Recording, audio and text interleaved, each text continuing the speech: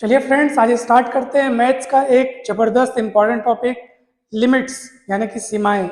ये टॉपिक आपको class 11th में भी बहुत काम आएगा, क्लास 12th में भी, और साथ ही आपको बीएससी में भी बहुत काम आएगा। तो मैथ्स का ये एकदम बेसिक टॉपिक है। चलिए स्टार्ट करते हैं। लिमिट्स यानी कि सीमाएं। तो चलिए सबसे पहले हम एक फंक्शन पर विचार करते हैं।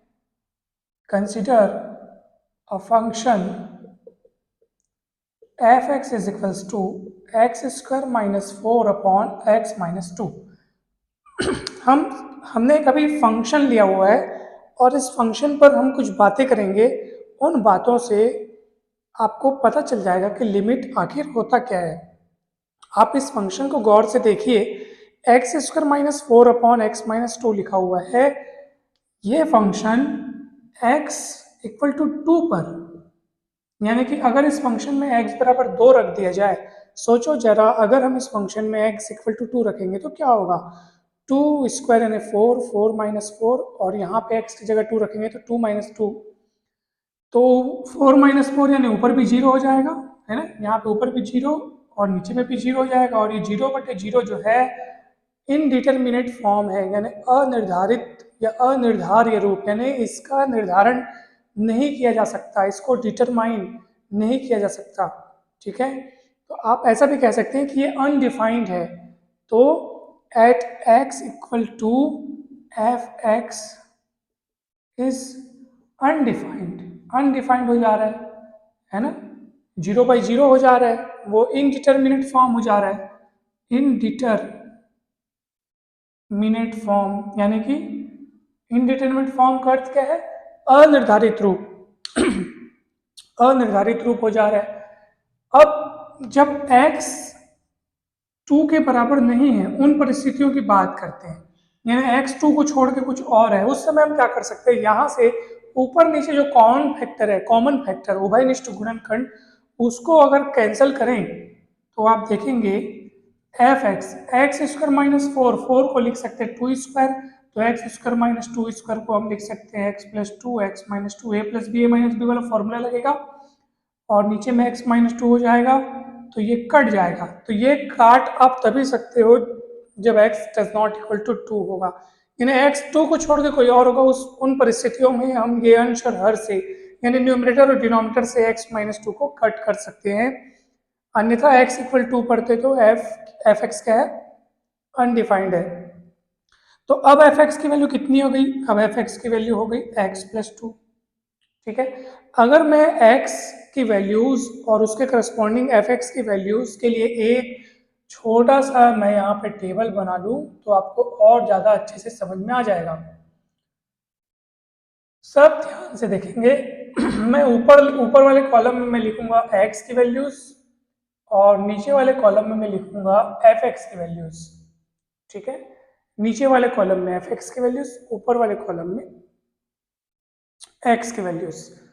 तो चलिए सबसे पहले हम शुरुआत करते हैं कि सर जब x इक्वल 2 रखेंगे तो x इक्वल टू 2 पे हम लोग देख चुके हैं कि एफ एक्स क्या है, अनडिटर, मतलब इन अनडिफाइंड है, अनडिफाइंड इनडिटरमिनेट फॉर्म में हो जाता है ये फंक्शन। 0/0 अपरिभाषित हो जा रहा है, तो 0/0 हो जा रहा है ये, जो कि अपरिभाषित रूप है, फंक्शन इसमें अनडिफाइंड है।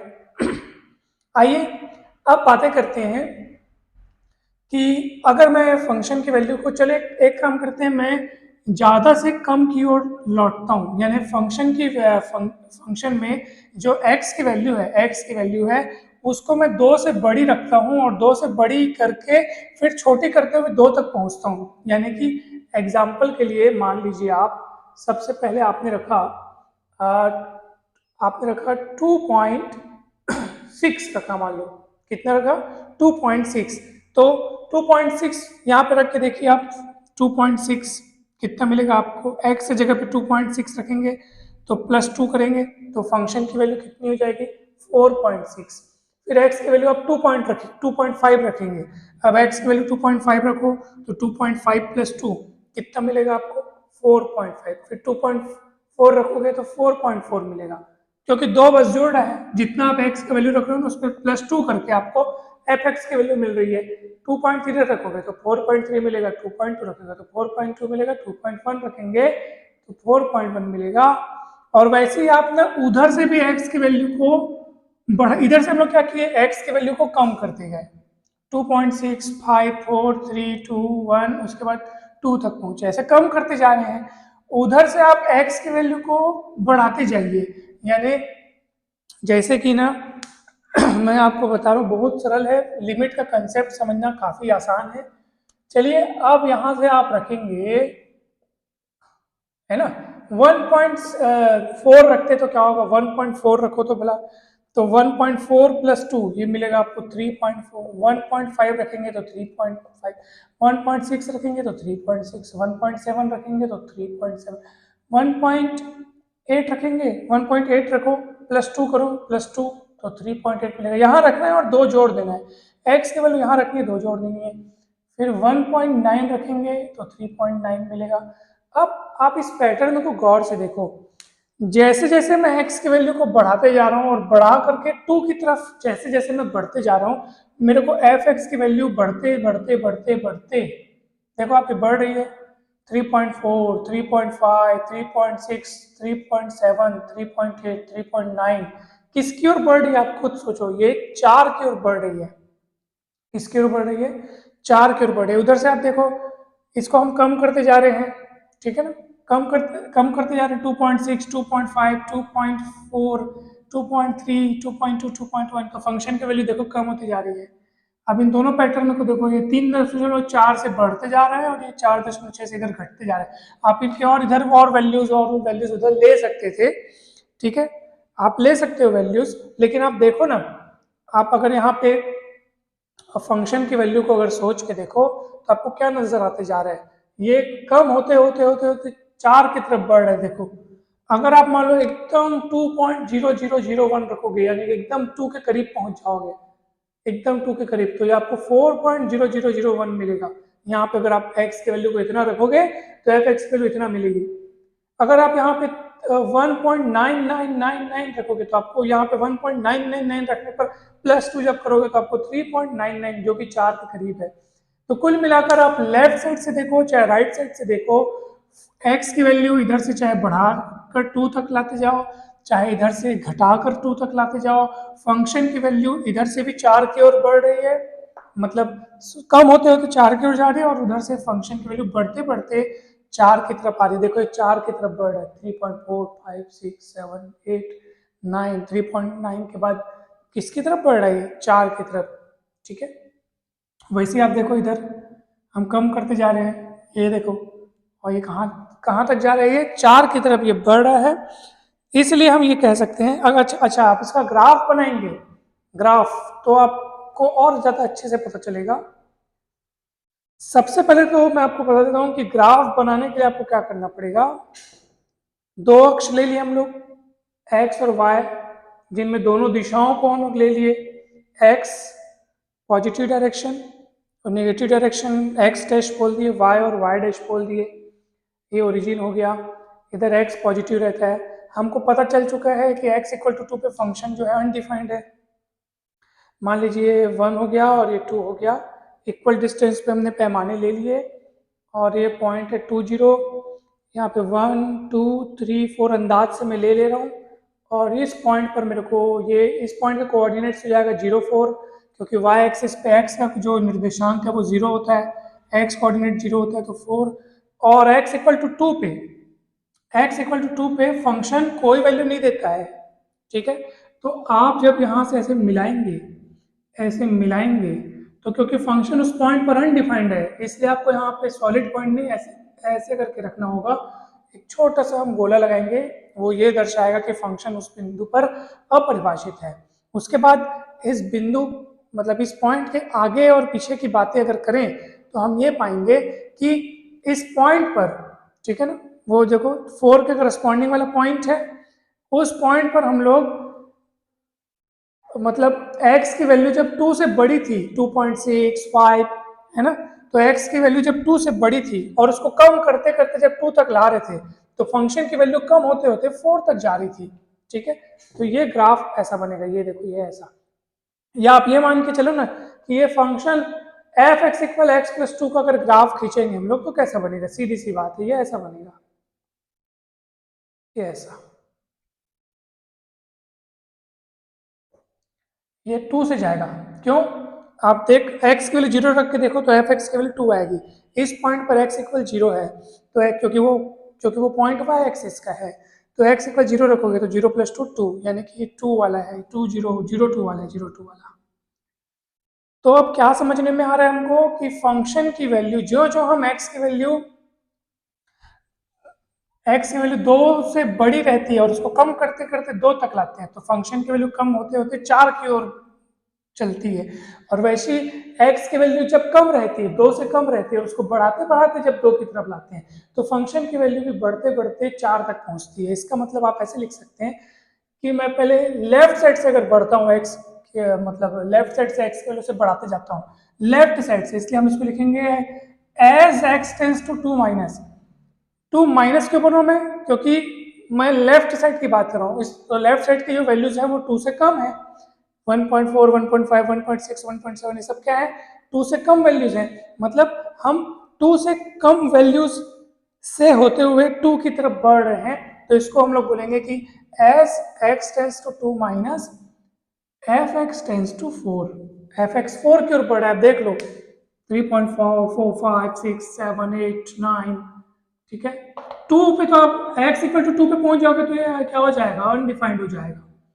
2 से बढ़ जाओगे आप तो 4 से बढ़ जाएगा। इसका मतलब ये है जरूर कि जैसे जैसे तुम 2 की तरफ बढ़ रहे थे ये फंक्शन की वैल्यू 4 की तरफ बढ़ रही है।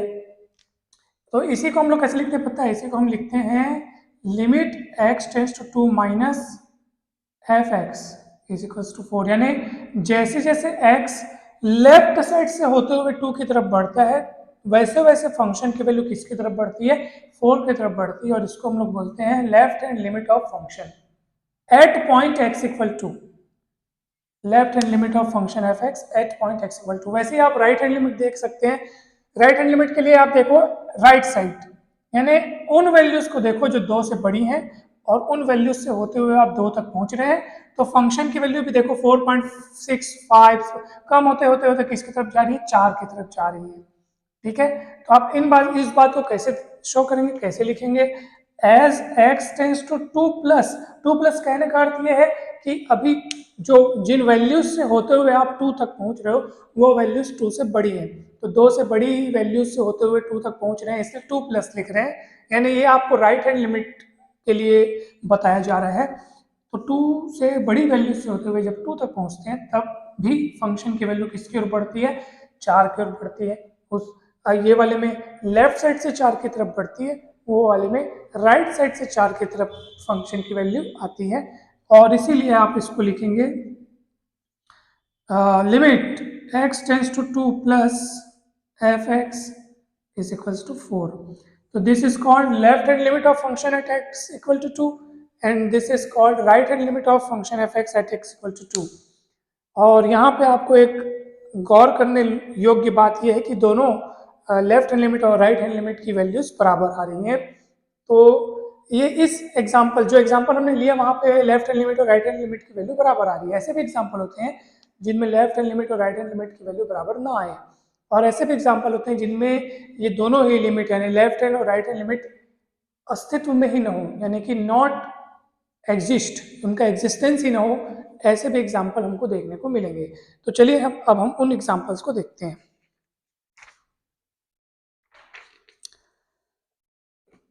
तो अब हम एक दूसरा एग्जाम्पल देखने जा रहे हैं, ठीक है। यहाँ पे आपने देखा कि दोनों बराबर हैं, यहाँ पे हम लिख सकते हैं here limit x tends to 2 minus F x is equals to limit x tends to 2 plus F x is equal to 4। दोनों बराबर हैं। ये इधर से बढ़ते बढ़ते 4 की तरफ, वो उधर से घटते घटते 4 की तरफ। तो यहाँ पे फंक्शन x इक्वल टू 2 पर अगर आपको कोई फंक्शन की वैल्यू बोलेगा सर x इक्वल टू 2 पर फंक्शन की वैल्यू कितनी, तो मैं तो कह दूंगा कि x इक्वल टू 2 पर भैया फंक्शन की वैल्यू जो है वो 0/0 यानी अनडिफाइंड है ना भाई। आप भी वैसे ही कहना x इक्वल टू 2 पर फंक्शन की वैल्यू जो है वो अनडिफाइंड है, डिफाइंड ही नहीं है, इनडिटरमिनेट फॉर्म है। लेकिन x इक्वल टू 2 पर फंक्शन की लिमिट जो है वो अनडिफाइंड है, लिमिट जो है वो 4 है, क्योंकि x की वैल्यू जब 2 तक हम लोग बढ़ाते हैं, चाहे लेफ्ट साइड से बढ़ाओ चाहे राइट साइड से बढ़ाओ, दोनों ही हालात में यानी दोनों ही स्थितियों में फंक्शन की वैल्यू किसकी ओर प्रवृत्त हो रही है, 4 की ओर प्रवृत्त हो रही है, tends to 4, f x value of f x tends to 4, 4 हो चुकी है ऐसे नहीं कह रहे हैं हम, 4 की ओर टेंड कर रही है, 4 की ओर पहुंच रही है, आप ऐसा कहेंगे, तब इसी कारण हम उस 4 को फंक्शन की लिमिट कह रहे हैं। आइए एक और एग्जांपल देखते हैं ताकि ये कंसेप्ट और अच्छे से क्लियर हो जाए आप सभी को।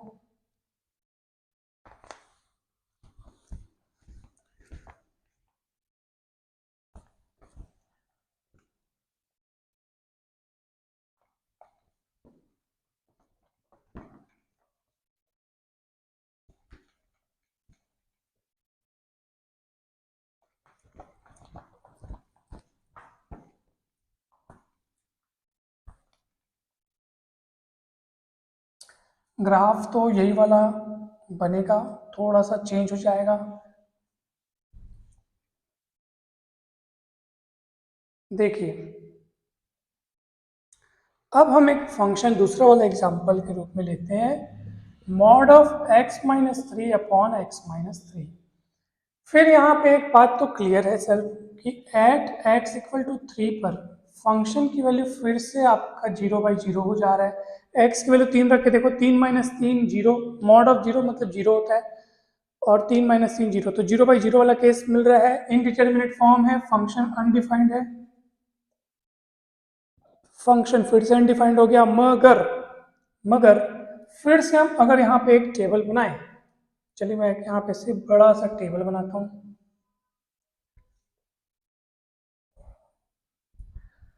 और बीच में मैं रखता हूँ x इक्वल 3, इधर से 3 की वैल्यू ज़्यादा, इधर इधर 3 की वैल्यू कम। पहले मैं रखता हूँ 3 पॉइंट, है ना, 3.01, एकदम 3 से थोड़ा सा ज़्यादा है ये। हम एक्चुअली हमको जो पढ़ना है, पढ़ने का तरीका हमारा ये रहेगा कि हमको बड़ी वैल्यू से कम होते होते 3 की तरफ आना है, तो मुझे ऐसे लिखना चाहिए 3.5, 3.4, 3.3, 3.2, फिर 3.1, फिर और कम कम होते 3.01, और इधर से हमको आना चाहिए 3 की तरफ बढ़ना है, कम वैल्यू से बढ़ते हुए 3 की तरफ पहुंचना है, तो हम ऐसे बढ़ेंगे, ठीक है। अब देखेंगे आप सभी ध्यान से, 2.5, 2.6, 2.7, 2.8, 2.9, फिर 2.91, 2.92, ऐसे होते होते बहुत करीब पहुंचेगा 3 के, यानी 2.99, सोचो 3 के एकदम करीब। अब हम देखते हैं कि फंक्शन की वैल्यू कहाँ जाती है। चलो चलो हम एक काम करते हैं, 3.5 रख के देखते हैं। सबसे पहले यहाँ से, मतलब 3 से बड़ी वैल्यू से होते हुए 3 तक पहुंचते हैं, 3.5 यहाँ रख के देखो, तो 3.5 माइनस 3, ठीक है, और यहाँ पे भी 3.5 माइनस 3, तो ऊपर भी बचेगा 0.5, नीचे भी बचेगा 0.5, 0.5 कैंसिल हो जाएगा, आंसर आपका आएगा 1। देख लो आप रख के, 3.5 माइनस 3 अपॉन 3.5 माइनस 3, ऊपर मॉड है तो 0.5 है ना, मॉड तो प्लस का, धनात्मक संख्याओं का यानी पॉजिटिव नंबर का मॉड तो पॉजिटिव होता है, नेगेटिव का मॉड भी पॉजिटिव होता है, मॉड तो सर्वथा पॉजिटिव होता है, और 0.5, तो 0.5 अपॉन 0.5 कट जाएगा, 1 आएगा। ऐसे आप 3.4 रखेंगे, 3.4 यहाँ पे तो 0.4 अपॉन 0.4 बचेगा, 1 आएगा, फिर यहाँ 1 आप देख सकते हैं, 3.1 रख के देखो तो 3.1 माइनस 3 यानी 0.1, नीचे भी 0.1, फिर कटेगा, 1 आएगा आंसर, इसमें भी आपका 1 आएगा, इसमें तो ये फंक्शन बेचारा अनडिफाइंड है, ठीक है। आइए अब इधर देखते हैं, इधर क्या होगा, 2.5 रखो, चलो 2.5 रखो, यहाँ पे भी यहाँ पे भी 2.5 माइनस 3 का मॉड, 2.5 माइनस 3, तो ऊपर देखो ढाई में से 3 घटा रहे हैं, छोटी संख्या में से बड़ी संख्या घटा रहे हैं, तो माइनस में आंसर आना चाहिए, नीचे भी माइनस में आंसर आना चाहिए, मगर ऊपर वाले में तो मॉड लगा है ना, मॉड का डेफिनेशन क्या है, वो संख्यात्मक मान केवल मैग्नीट्यूड देता है हमको, ठीक है।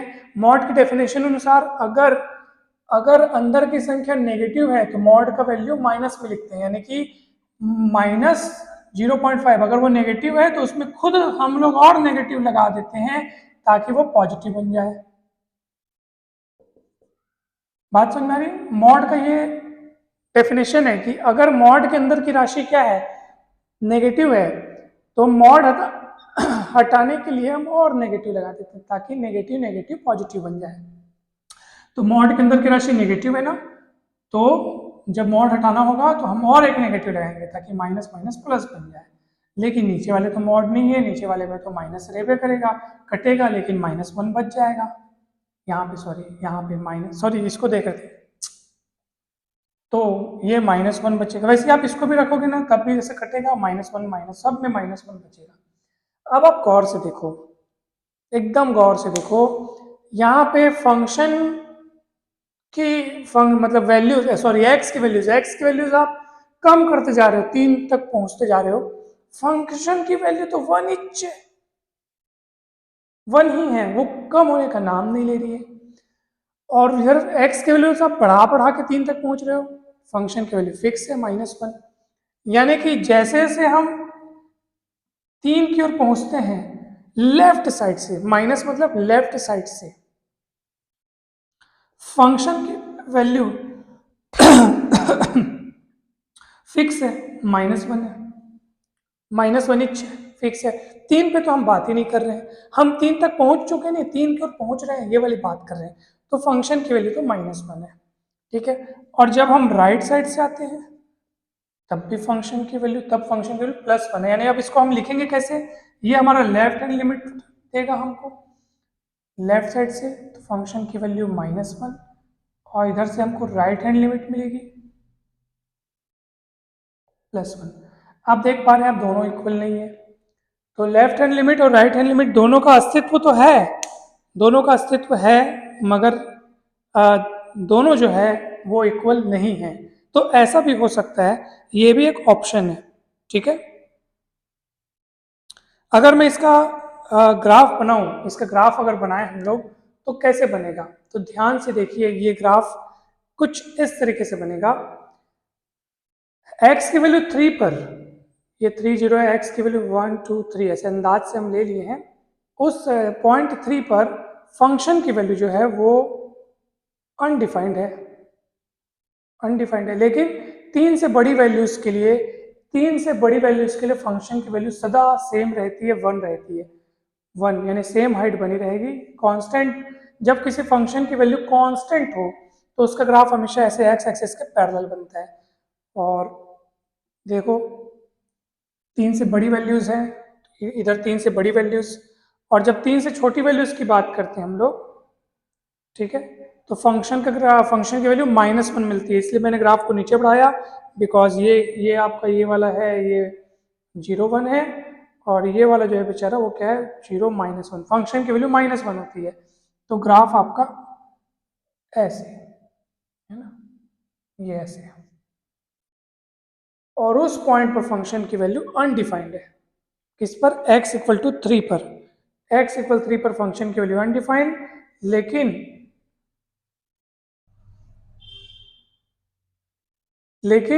राइट साइड और लेफ्ट साइड जाने पर फंक्शन की कुछ ना कुछ वैल्यू हमको मिल रही है, लेकिन वो अलग अलग है। इसलिए लेफ्ट हैंड साइड और right hand side limit, left hand limit और राइट हैंड लिमिट दोनों यहाँ पे अस्तित्व में होने के बाद भी, यानी अस्तित्व में तो है लेकिन वो इक्वल नहीं है। तो ये हमको यहाँ से सीखने को मिला, ठीक है। तो इस बात को आप ध्यान रखेंगे। आइए अब एक ऐसा एग्जाम्पल देखते हैं जिसमें लेफ्ट हैंड लिमिट और राइट हैंड लिमिट का अस्तित्व ही नहीं है। चलिए ऐसे एग्जाम्पल को भी हम देख लेते हैं।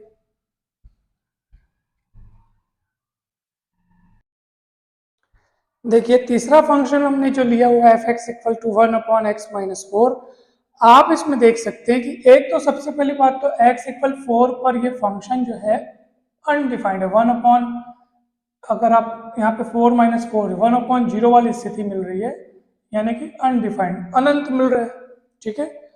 तो अब क्या करेंगे सर, अब x मतलब बड़ी वैल्यूज और छोटी वैल्यूज की बात करते हैं, तो आप सब ध्यान से देखेंगे कि जैसे जैसे आप x की वैल्यू यहाँ पर कम करते जा रहे हो, ठीक है, आप 5 रखो, है ना, पहले x वैल्यू पहले बड़ी रखो, बड़ी से छोटी होती जाएगी।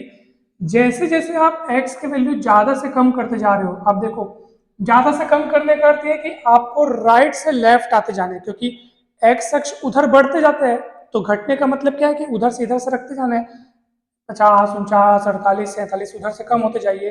तो आप देखो जैसे जैसे हम कम होते जाते हैं, ग्राफ इधर सरकने के साथ साथ जैसे जैसे हम ग्राफ में इधर सरकते जाते हैं, ये ग्राफ ऊपर उठ रहा है, और 4 तक पहुंचते पहुंचते ग्राफ अनंत तक पहुंच चुका होता है।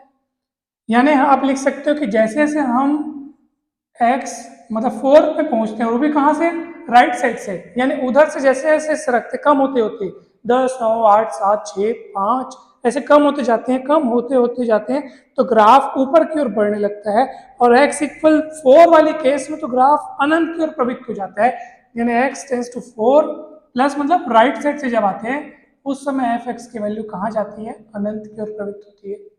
उसी तरीके से आप देख सकते हैं कि जैसे से हम x 4 से कम वैल्यूज से होते हुए 4 की तरफ पहुंचते हैं, तो पहुंचते पहुंचते x की वैल्यू आप कम करते जा रहे हो, फंक्शन का ग्राफ नीचे जाते जा रहा है, ये माइनस अनंत की ओर जा रहा है।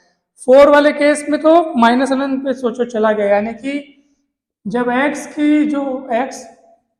की वैल्यू आप 4 से कम वैल्यू से ऐसे बढ़ाते हुए 4 तक पहुंचते हो, यानी लेफ्ट हैंड लिमिट की अगर बात करें तो फंक्शन की वैल्यू माइनस अनंत होती है, यानी कि यहाँ पर तो दोनों ही वैल्यूज अस्तित्व में नहीं है। आप इसको लिख सकते हो x tends to 4 plus F X equal to plus अनंत, और इसको लिख सकते हो limit x tends to 4 minus F X equals to minus अनंत।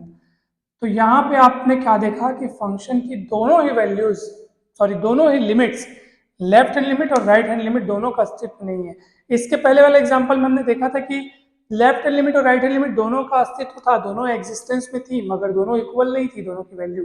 उसके पहले यानी सबसे पहले वाले एग्जांपल में हमने देखा था कि फंक्शन की लेफ्ट हैंड लिमिट और राइट हैंड लिमिट दोनों का अस्तित्व था, दोनों एग्जिस्टेंस में थी, और दोनों की वैल्यू, दोनों लिमिट, लेफ्ट हैंड लिमिट और राइट हैंड लिमिट की वैल्यू भी इक्वल थी। तो ये तीनों चांसेस आपको मिल सकते हैं, मतलब तीनों ऑप्शंस, तीनों आपको रूप देखने को मिल सकते हैं, यानी कि जरूरी नहीं कि किसी फंक्शन की लिमिट सर्वथा अस्तित्व में हो। अब प्रश्न ये उठता है कि सर हम किसी फंक्शन की लिमिट का अस्तित्व है, किसी फंक्शन की सीमा का अस्तित्व है, ऐसा अब हम कब कहेंगे कि फंक्शन की लिमिट का अस्तित्व है। तो उसके लिए आप ध्यान से देखेंगे, हम आपको वो कंडीशन बता रहे हैं, वो शर्त बता रहे हैं कि कब हम कहेंगे कि फंक्शन के लिमिट का अस्तित्व है।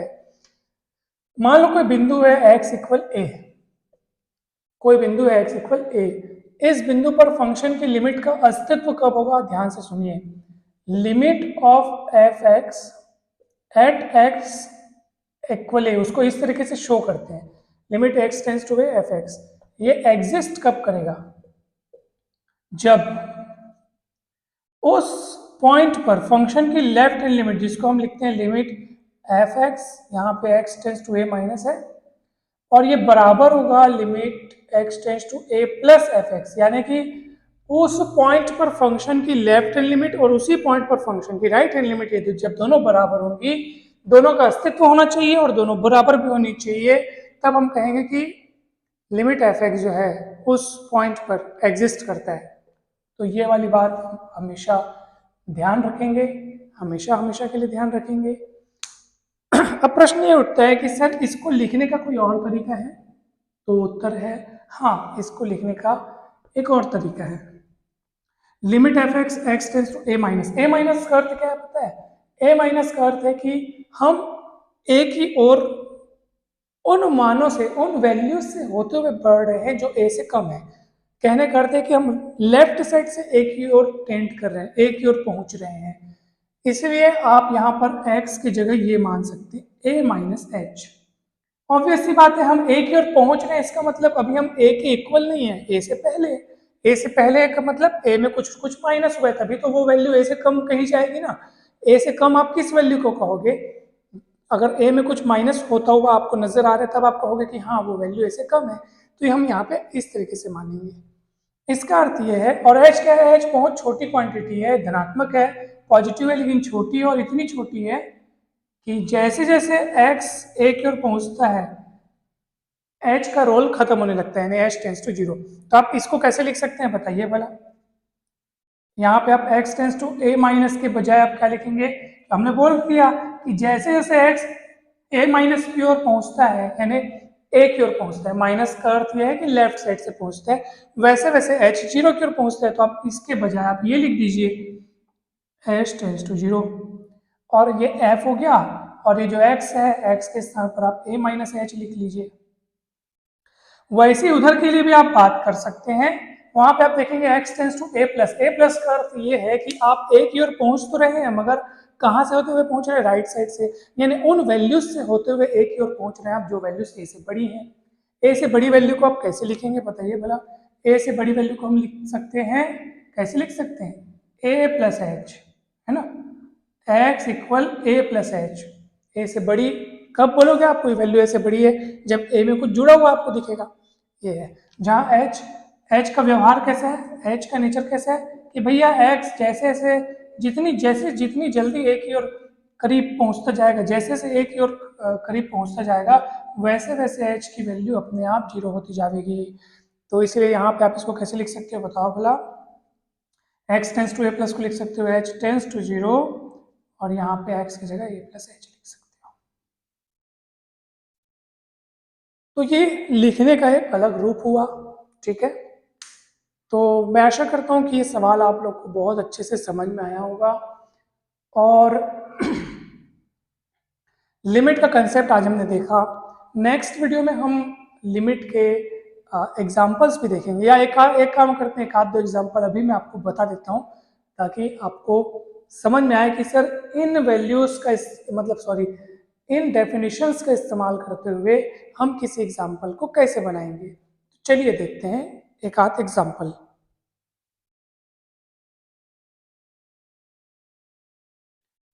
तो चलिए दोस्तों, यहाँ पे आप f(x) को देख सकते हैं, f(x) इस तरीके से डिफाइन किया हुआ है, और यहाँ पे फंक्शन की वैल्यू दो अलग अलग भागों में बटी हुई है। जब x की वैल्यू 0 से 1 तक रहती है तब फंक्शन की वैल्यू 1 प्लस एक्स स्क्वायर है, और जब x की वैल्यू जब 1 से बड़ी रहती है तो फंक्शन की वैल्यू 2 माइनस एक्स रहती है, ठीक है।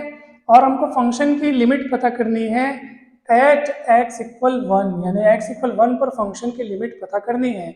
सो हमें x इक्वल 1 पर फंक्शन की पहले लेफ्ट हैंड लिमिट निकालेंगे, तो left hand limit of f(x) at x equal to 1, जिसको हम लिखते हैं limit f(x) x tends to 1 क्या लिखेंगे, माइनस लिखेंगे, बिकॉज हम लेफ्ट हैंड लिमिट जानने चाह रहे हैं, यानी कि लेफ्ट हैंड लिमिट के समय हमको लेफ्ट साइड से 1 की ओर पहुंचना है, क्योंकि 1 पर निकालना है ना लिमिट।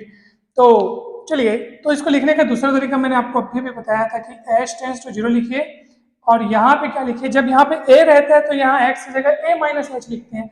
अभी हमको 1 पर लिमिट निकालनी है, 1 पर, ठीक है, तो 1 माइनस एच लिखेंगे।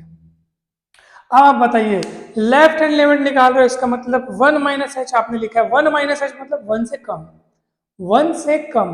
तो यहाँ पे आप देखो 1 से कम यानी 1 से कम, कौन सा वाला फिट होगा, ये वाला कि ये वाला। ये वाला फंक्शन का वैल्यू हम तब इस्तेमाल करेंगे जब x की वैल्यू 1 से बड़ी हो। बड़ी वैल्यूज के लिए, 1 से बड़ी वैल्यू के लिए फंक्शन की ये वाली वैल्यू इस्तेमाल करेंगे, मगर अभी तो यहाँ पे 1 माइनस एच है, 1 माइनस एच मतलब 1 में कुछ घट रहा है, 1 में से कुछ घट रहा है, मतलब 1 से छोटा ही चीज प्राप्त होगा। तो जब x की वैल्यू 1 से कम होती है उस समय फंक्शन की वैल्यू ये वाली होती है, तो हम यहाँ पर ये वाला इस्तेमाल करेंगे। तो लिमिट h टेंस टू 0। अब देखो f(x) equal 1 plus x square, तो x है तो यहाँ x है। अब x की जगह हमको क्या नजर आ रहा है, 1 माइनस एच, तो उसके डेफिनेशन में भी हमको x के स्थान पर 1 माइनस एच लिखना पड़ेगा, यानी कि 1 प्लस एक्स स्क्वायर, मगर x रहता है तो x रहता है, x की जगह 1 माइनस एच है ना, तो 1 माइनस एच का स्क्वायर, ऐसा करके आपको लिखना पड़ेगा। हाँ, अब क्या होगा देखो, लिमिट s टेंस टू 0, अब आप इसको सॉल्व कर लो।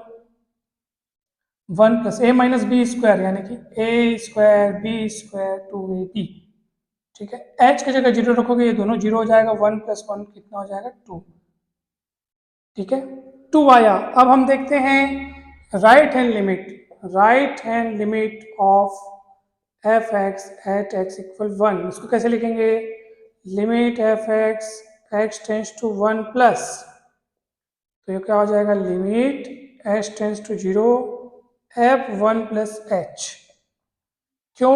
क्योंकि राइट हैंड लिमिट में हम लोग 1 प्लस एच करके लिखते हैं। 1 मतलब कि जो जिस पॉइंट पर भी आपको निकालना है ना उतना प्लस एच।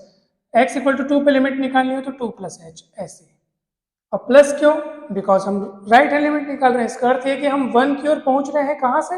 राइट साइड से। राइट साइड से मतलब जो वैल्यूज से होते हुए हम पहुंच रहे हैं 1 की तरफ, वो वैल्यूज ऑलरेडी 1 से बड़ी हैं।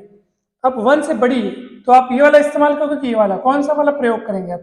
ये वाले फंक्शन की ये वैल्यू कब इस्तेमाल करते थे? जब x की वैल्यू 1 से छोटी होती थी। अभी x की वैल्यू 1 से बड़ी है तो हम फंक्शन की वैल्यू ये वाली लेंगे 2 माइनस एक्स। 1 प्लस एच मतलब 1 से बड़ी, तो 1 से बड़ी में 2 माइनस एक्स होता है। तो जब एफ एक्स रहता है तो 2 माइनस एक्स रहता है। अभी एक्स की जगह में हमको 1 प्लस एच दिख रहा है तो 2 माइनस 1 प्लस एच लिखेंगे। और यहाँ पे आप माइनस कोष्टक ब्रैकेट खोलेंगे तो कितना हो जाएगा? Limit h tends to 0 2 minus 1 minus h, यानी टोटल हो जाएगा 1 माइनस एच। और एच की जगह 0 रखेंगे तो आपका आंसर कितना आएगा? 1। तो वो 2 आ रहा है, ये 1 आ रहा है। इसका मतलब क्या है? Left hand limit does not equal to right hand limit. ठीक है, आप इसको ऐसे भी लिख सकते हैं, limit x tends to 1 minus F x does not equal to limit x tends to 1 plus fx. Therefore, limit of fx at x equal 1 की बात चल रही थी, जिसको हम ऐसे लिखेंगे does not exist, does not exist, अस्तित्व में नहीं है। ठीक है, doesn't exist, ये does not exist, तो ये अस्तित्व में नहीं है। पता चल गया, क्योंकि लेफ्ट हैंड और राइट हैंड लिमिट की वैल्यू बराबर नहीं है। ऐसे ही बहुत सारे एग्जाम्पल आप सॉल्व करके देखेंगे। अगली कक्षा में हम कुछ और उदाहरणों को पढ़ेंगे, कुछ और बातें जानेंगे। तब तक के लिए आप बहुत सारे सवाल बनाइए, कुछ डाउट्स होते तो आप पूछ सकते हैं। वीडियो कैसा लगा जरूर कमेंट करके बताइए। वीडियो अच्छा लगता है तो लाइक किया करें, चैनल को सब्सक्राइब अगर अभी तक आपने नहीं किया है तो चैनल को सब्सक्राइब करें। और वीडियो अगर सच में बहुत अच्छा है तो वीडियो को जितना ज़्यादा हो सके शेयर भी करें। और आप सभी का बहुत बहुत धन्यवाद और हैप्पी श्री कृष्ण जन्माष्टमी। आप सभी का बहुत बहुत धन्यवाद।